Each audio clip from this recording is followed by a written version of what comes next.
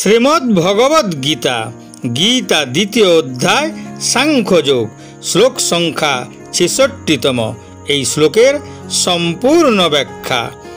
নাস্তি বুদ্ধিরযুক্তস্য ন চাযুক্তস্য ভাবনা ন চাভাবয়তঃ শান্তিরশান্তস্য কুতঃ সুখম। অনিয়ন্ত্রিত ব্যক্তির নিজের মন ও ইন্দ্রিয়ের উপর কোনো নিয়ন্ত্রণ থাকে না, তার বুদ্ধিও দৃঢ় হয় না, তার মনকে ভগবানে স্থির করে না।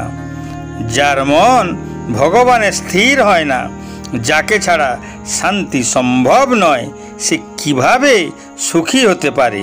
সেকালের এক কাহিনী। তিন বন্ধু জ্ঞান অর্জনের জন্য এক মহাত্মার কাছে আসেন। তিন বন্ধু মহাত্মাকে প্রণাম করে আগমনের হেতু প্রকাশ করলে মহাত্মা তাদের যোগ্যতা পরীক্ষা করার জন্য একটাই প্রশ্নের উত্তর তিনজনের কাছে জানতে চান। চোখ এবং কানের মধ্যে পার্থক্য কি? এর মধ্যে কার গুরুত্ব বেশি? প্রথম শিষ্য উত্তরে বলেন, চোখ এবং কানের মধ্যে 5টি আঙুলের পার্থক্য, দুটোরই গুরুত্ব সমান। মহাত্মা দ্বিতীয় শিষ্যের কাছে উত্তর জানতে চাইলেন। দ্বিতীয় শিষ্য উত্তরে বললেন, চোখ দেখে এবং কান শোনে, এটাই এদের মধ্যে পার্থক্য, কিন্তু কানের চেয়ে চোখের গুরুত্ব অনেক বেশি। মহাত্মা তৃতীয় শিষ্যকে জিজ্ঞাসা করলেন। তিনি বললেন, মহাত্মা, চোখের চেয়ে কান বেশি গুরুত্বপূর্ণ। চক্ষু শুধুমাত্র জাগতিক ও দৃশ্যমান জগৎকে দেখতে সক্ষম, সেখানে কানের পারলৌকিক ও পারমার্থিক বিষয়ে অমৃতসুধা শ্রবণের সৌভাগ্য রয়েছে। মহাত্মা অন্য দুজনকে কাজ ও উপাসনার উপদেশ দিয়ে তাদের চিন্তাশক্তি বিকাশে মন দিতে বলেন এবং তাদেরকে অন্য গুরুর কাছে শিক্ষা গ্রহণের পরামর্শ দেন। এর কারণ তাদের চিন্তা শক্তির সীমা ব্রহ্মতত্ত্বের পরিধিতে প্রবেশ করার মতো সূক্ষ্ম ছিল না। গীতার এই শ্লোকের অংশটি আমাদের সকলের জীবনের জন্য একটি মহৎ উপদেশ। একজন অশান্ত মনের মানুষ কিভাবে সুখ পেতে পারে? প্রতিটি মানুষ সুখ কামনা করে এবং সুখী জীবনযাপন করার চেষ্টা করে। ধন সম্পদ থেকে সুখ পাওয়ার ইচ্ছা যতই করা হোক না কেন, কিন্তু মন অশান্ত হলে অর্থ ও সম্পদ দিয়েও সুখ পাওয়া যায় না। এই উপদেশকে ব্যাখ্যা করলে কর্মযোগও এর মধ্যে জড়িয়ে আছে। কর্মযোগে মন এবং ইন্দ্রিয়কে নিয়ন্ত্রণ করাই গুরুত্বপূর্ণ বিষয়। যখন আমরা আমাদের মন এবং ইন্দ্রিয়গুলিকে নিয়ন্ত্রণ করতে অক্ষম হই, তখন আমাদের মনোযোগ সাংসারিক আনন্দ সঞ্চয়ের উপর নিবদ্ধ থাকে। এরকম মানুষ কখনো সম্মান চায়, কখনো অর্থ চায়, কখনো আরাম চায়, আবার কখনো ভোগ চায়। তার মনের ভিতর নানা রকমের ইচ্ছা জাগতে থাকে। তখন তার বুদ্ধি স্থির থাকে না, অর্থাৎ শুধুই কর্তব্য পালন এবং ফলাফলের জন্য কামনা, বাসনা, আসক্তি ইত্যাদি ত্যাগ করার কোনো গুরুত্ব অনুভূত হয় না। যে তার প্রকৃত দায়িত্ব পালন করে না, সে জীবনে শান্তিও পেতে পারে না। কারণ দায়িত্ব পালনে দৃঢ় সংকল্প না থাকায় তার মনে অশান্তির বাস হয়। তাই অস্থির চিত্তের মানুষ সুখের আশা করতে পারে না। অহংকারী ব্যক্তি ইন্দ্রিয়ের অধীনস্থ। যারা ইন্দ্রিয়ের অধীন হয় তারা কখনোই স্থির বুদ্ধি হতে পারে না।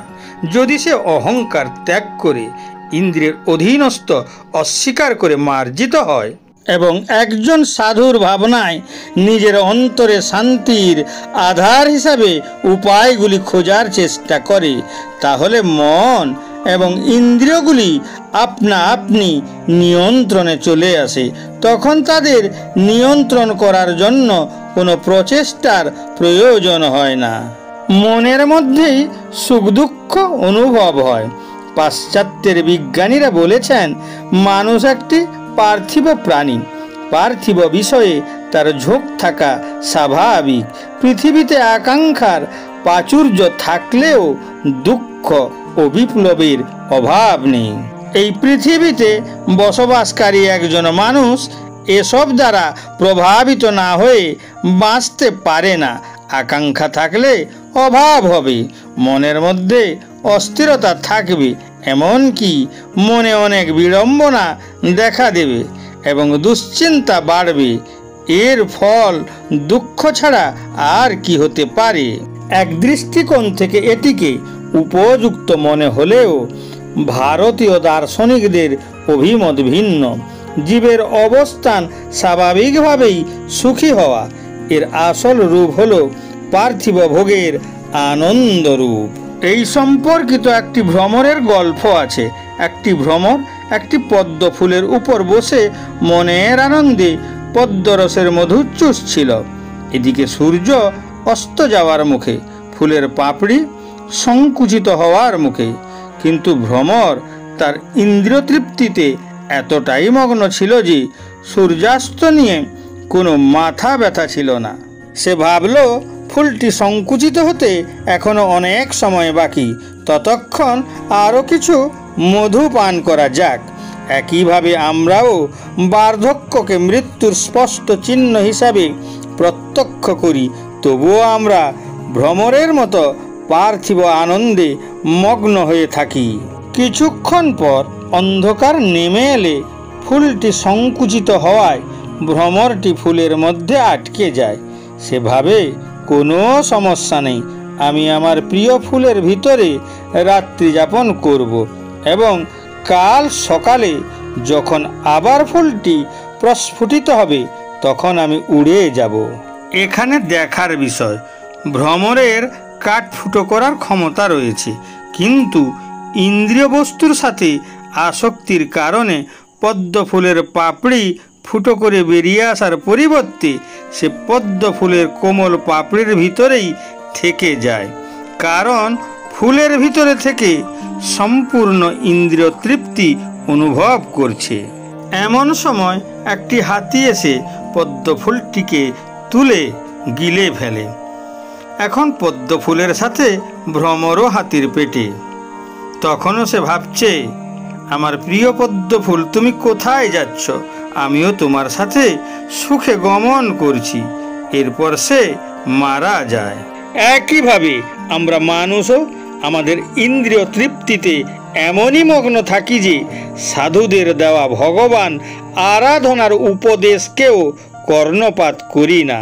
শেষ পর্যন্ত সময় মৃত্যুর আকারে আমাদেরকে অতিক্রম করে। এখানে শ্রীকৃষ্ণ বলেছেন, যারা ইন্দ্রিয়কে নিয়ন্ত্রণ না করে নিরন্তর তাদের তৃপ্তিতে মগ্ন থাকে তারা মায়ার 3টি গুণের বন্ধনে আবদ্ধ হয়। ভৌতিক আকাঙ্ক্ষাগুলি ঠিক যেন চুলকানির মতো আমাদের মনে জড়িয়ে থাকে। যতই চুলকাই ততই তৃপ্তি পাই। এইভাবে নিজেদের ধ্বংস করে প্রকৃত সুখ থেকে বঞ্চিত হই। এই জগতের প্রতিবন্ধকতা হলো মায়ার সৃষ্টি, যা দুঃখের আকারে মানুষের মনের উপর চাপিয়ে দেয়। জীব যদি তার প্রকৃত স্বরূপের জ্ঞান লাভ করে তবে সমস্ত দুঃখই অদৃশ্য হয়ে যায়। তাহলে জীবকে আর কোনো দুঃখ সহ্য করতে হয় না। পৃথিবীতে বিষয়ের প্রাচুর্য রয়েছে, তার আশেপাশের পরিবেশ থেকে মনের বিপদগামী হওয়ার সম্ভাবনা প্রবল। এই সন্দেহ এড়াতে মনকে বিষয় থেকে বিচ্ছিন্ন করতে হবে। এর কারণ হলো মন আধারহীন থাকে। মনকে আধারের প্রয়োজন, ঈশ্বরই চূড়ান্ত আধার। সব কিছুর উৎপত্তি তাঁর থেকে এবং সব কিছুরই সমাধান তাঁর মধ্যেই। অতঃপর ঐশ্বরিক রূপে মনোনিবেশ হলে মনে যে সুখ, শান্তি ও তৃপ্তি প্রস্ফুটিত হবে তা হবে অনন্ত, চিরন্তন ও অক্ষয়। এই সুখের চেয়ে বড় সুখ আর কিছুই হতে পারে না। এর জন্য সাধক হওয়ার প্রয়োজন নেই। সমস্ত আশ্রমের ব্যবস্থা অনুসরণ করে এটি করা যেতে পারে। এটাও একজনের দায়িত্ব পালনের ভিত্তি। এই মানসিক অবস্থা অর্জনের জন্য মানুষ জন্ম থেকে জন্মান্তর ঘুরে বেড়ায়, শুধুই অজ্ঞতার কারণে তা অর্জন করতে অক্ষম হয়।